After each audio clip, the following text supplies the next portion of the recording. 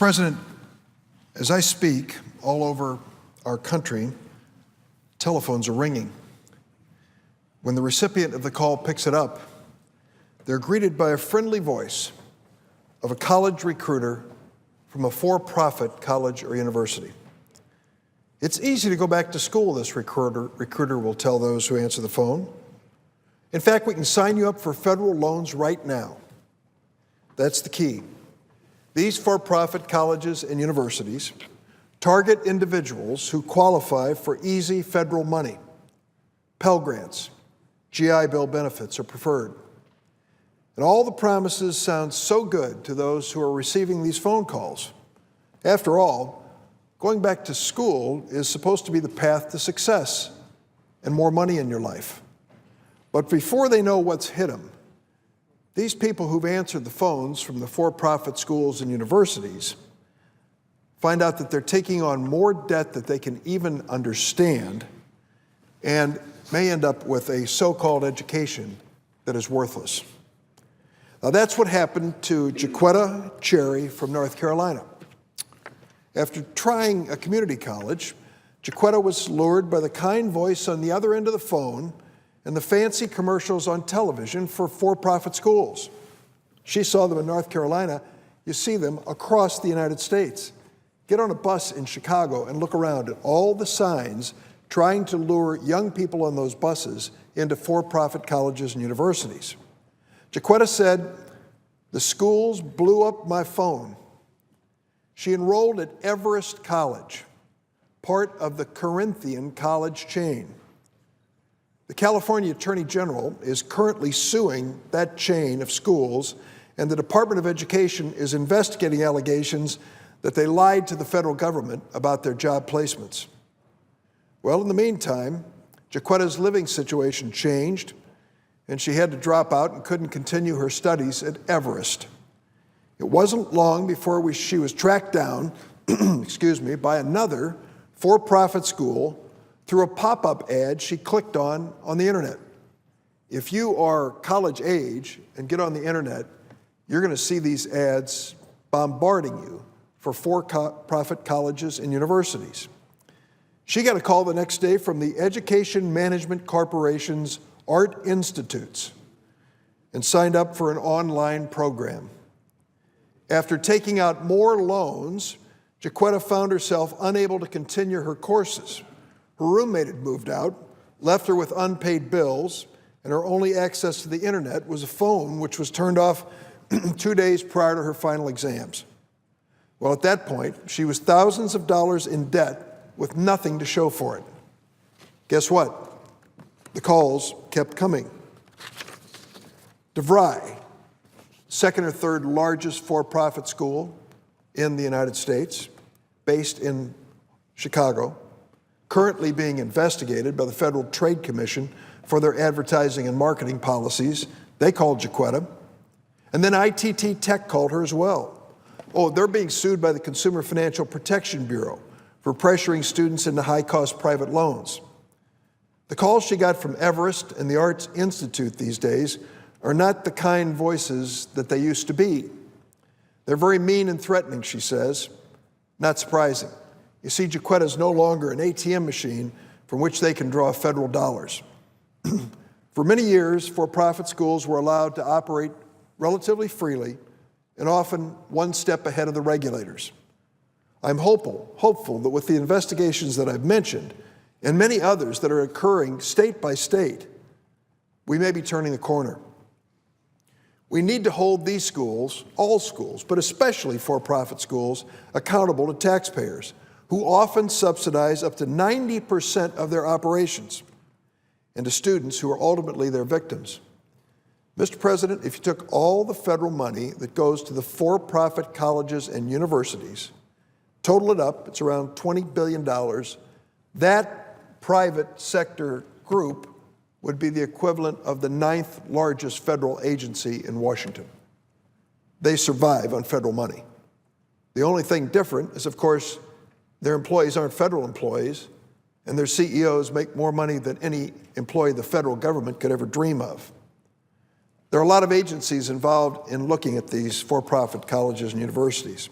Department of Education, Securities and Exchange Commission, Consumer Financial Protection Bureau, Federal Trade Commission, the Department of Defense, and others. It's important that they work together. This morning I had a hearing on my Defense Appropriations Subcommittee. And in front of me, the Secretary of the Navy, Commandant of the Marine Corps, Chief of Naval Operations, and we talked about these schools. I can tell you in private what they've told me.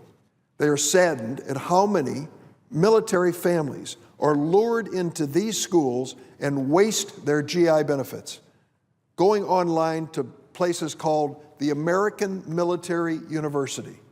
Boy, doesn't that sound official? That sounds like the real thing.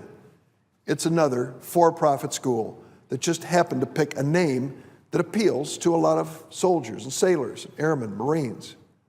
I had a nephew of mine, Mr. President. He was a doorman right up there. And then he was sent overseas to Afghanistan.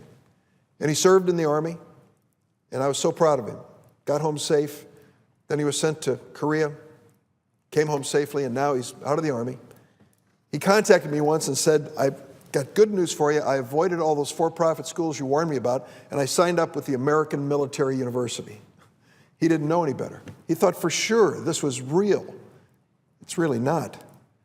I advised him there's one university from his home state, the University of Maryland, that's been offering courses to military for decades, and their hours are transferable when he comes home.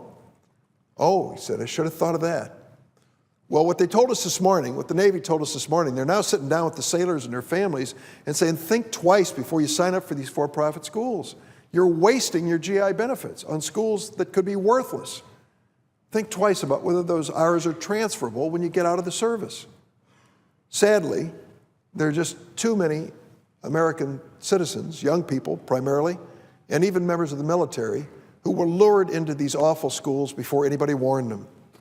Senator Tom Harkin of Iowa and I are working on a bill that we'll introduce next week to ensure that the agencies that are currently investigating all of these for-profit schools are coordinating their efforts. He and I teamed up on this issue a long time ago. It's going to be a shame when Senator Harkin retires from the Senate this year, but the for-profit schools should know that the spotlight, which Tom Harkin turned on with his committee hearings, is going to continue even after he leaves. An industry that receives more than $25 billion in federal dollars and has such a terrible record needs aggressive oversight. We just don't owe it to the taxpayers who are coming up with $25 billion for these schools. We owe it to the students who are lured into these schools, lured into debt, and end up many times with nothing to show for it. You need to keep three numbers in mind when you think about the for-profit colleges and universities. And I always warn people, these three numbers will be on the final, so listen closely. 10% of the students who graduate from high school go to for-profit colleges and universities.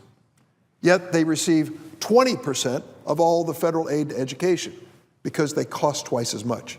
20% of all the federal aid to education. And for-profit colleges and universities account for 46% of all student loan defaults. 46%. 10% of the students, 46% of the defaults. Why? They charge too much. They lure these students deep into debt. The students can't finish school or end up with worthless diplomas when they graduate. And the sad reality is the federal government is complicit. We are complicit because we don't blow the whistles on the schools that should never, ever, never qualify for Pell Grants and federal student loans. And there's a kicker. Unlike virtually every other debt that you can incur in life, student loans are not dischargeable in bankruptcy. I've had students $150,000 in debt after 4 years in school, and their lives are virtually ruined. They had no idea what they were getting into. And when they were private loans, those loans grew geometrically whenever they failed to pay. Where are those students today? They're living in their parents' basement. They can't afford to get married. They can't buy a car. And if they get married, they can't afford to have children. And they certainly can't afford to borrow any money to go to a real college or university. They're stuck. And we ought to do something about it. Student loan debt in this country is exploding.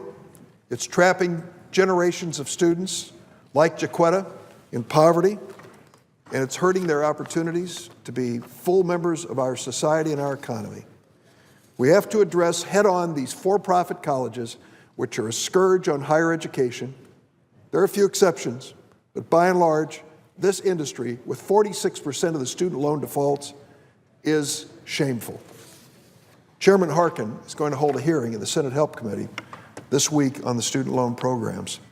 I'm going to work with him, submit some testimony, and I'll tell you, Mr. President, the Senator Jack Reed of Rhode Island, Senator Elizabeth Warren of Massachusetts, and I are putting together a package of bills. We're going to address this issue from a lot of different perspectives.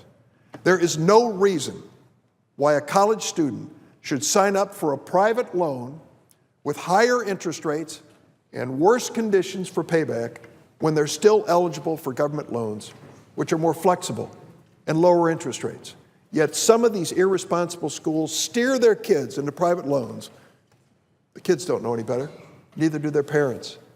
Secondly, they end up loaning money to these students and to their families that they'll never, ever, ever be able to pay back. Jack Reed says they ought to have some skin in the game.